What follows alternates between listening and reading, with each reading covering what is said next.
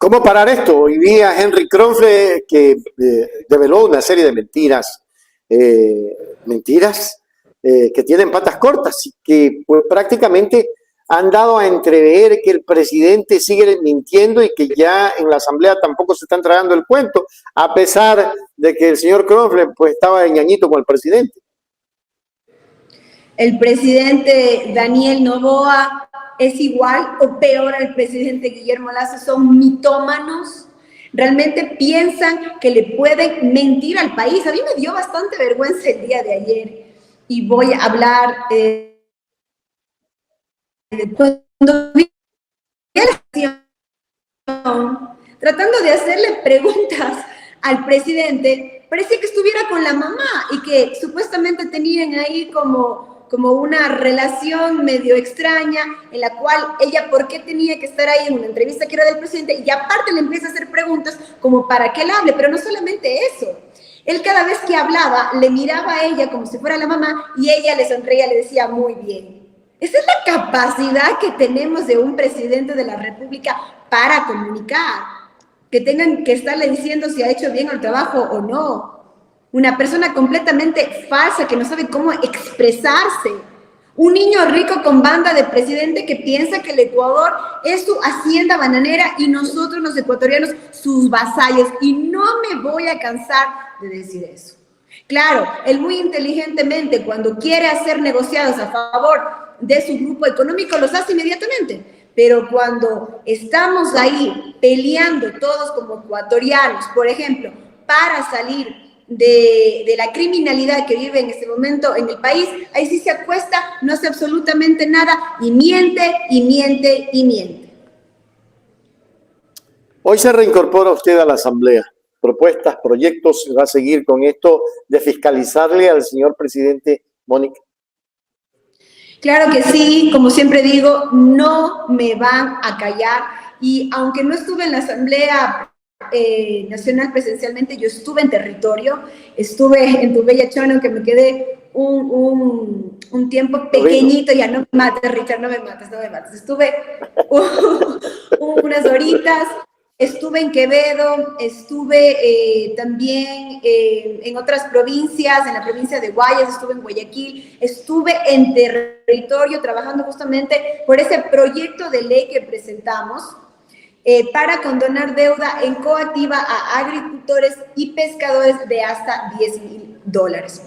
Ese es el trabajo que nosotros desde la Revolución Ciudadana sí hacemos por el pueblo ecuatoriano. En 5 proyectos de ley que presentó el señor Daniel Noboa, en ninguno quiso condonar $1, ni un solo dólar a los más necesitados, que son los agricultores y los pescadores. Entonces, en este sentido, ahí está la Revolución Ciudadana para apoyarles, desde que estuve trabajando en eso. Ahora, justamente el día de hoy, voy a estar en la comisión de fiscalización con el tema Banco del Pacífico, porque no puede ser que la señora fiscal general del Estado y el presidente de la República utilicen instituciones del Estado ecuatoriano, utilicen a la banca pública ecuatoriana para hacer negociados para ellos y para implantar información en estos testigos privilegiados como la señora Mayra Salazar. Ese es un problema bastante grave, el del Banco del Pacífico. El presidente decía ayer que el presidente del Banco del Pacífico no se había ido a vivir, que tenía un viaje previsto. Pero usted mira a un lado y no encuentra al abogado porque no está, salió huyendo. Mira al otro lado, se fue el presidente, no está porque salió huyendo. Y por último, el señor Noboa, Ricardo Noboa, creo que era abogado externo del Banco del Pacífico, prácticamente asevera que esos audios existen. ¿Qué va a pasar con esto, Mónica, realmente en el fondo? Porque nos están dando a entender que la corrupción está por todos los lados en este gobierno. Corrupción en su máximo nivel, querido Richard. Imagínate tú que este señor Leonardo Toledo, que era abogado de la señora Mayra Salazar, tenía un contrato con el señor Francisco Fierro Tamarit, que era, aparte de ser abogado también del Banco del Pacífico, fue abogado en los 50 casos que le puso el señor Daniel Noboa a su esposa. Era su abogado personal. Entonces, ahí ya estás viendo el conflicto de intereses que existe. Pero ¿qué pasó? Este señor, el abogado del presidente, hace negocios con este otro abogado para implantar evidencia en el relato de la señora Mayra Salazar. Y yo lo demostré en un tweet, en un video que hice, donde justamente Ecoavisa sacó un trozo del relato de la señora Mayra Salazar, donde dice que el ex suegro del presidente Daniel Noboa, el señor Roberto Golbán, supuestamente había operado en la justicia ecuatoriana gracias al señor Javier Muñoz. Cuando esto es completamente falso. Sabemos que la señora Mayra Salazar le metió al señor Golbán por pedido del presidente de la República, pero no solamente eso. Todos estos casos y estos relatos de la señora Mayra Salazar fueron infundados, fueron insertados por la señora fiscal general del Estado ecuatoriano y nadie dice nada. ¿Qué es lo que está pasando?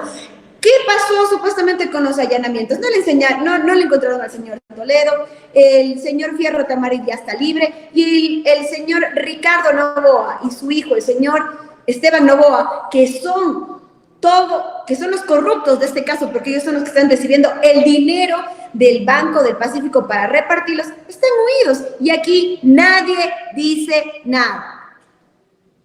Ahora, pero eso es gravísimo. Debió de iniciar la Fiscalía inmediatas acciones de detención y de investigación con órdenes de detención para esta gente, Mónica. ¿Sabe, Richard, quién es la primera persona que debería ser allanada y que debería de ir a prisión preventiva? Es la señora fiscal del Estado, la señora Diana Salazar.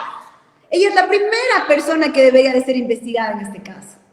Ella es la primera persona que debería de estar ante un juez hablando de toda esta corrupción. Pero ella está muy bien, gracias. Cuando ella es la que ha creado este famoso caso Metástasis, este famoso caso Purga, que son un montón de mentiras para perseguir políticamente, y tenemos las pruebas de eso.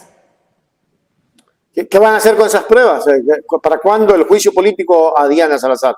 Sé que está suspendido por el tema del embarazo, pero ¿ya han preguntado a algún médico legalista del Estado si el embarazo realmente eso no es de riesgo, Mónica?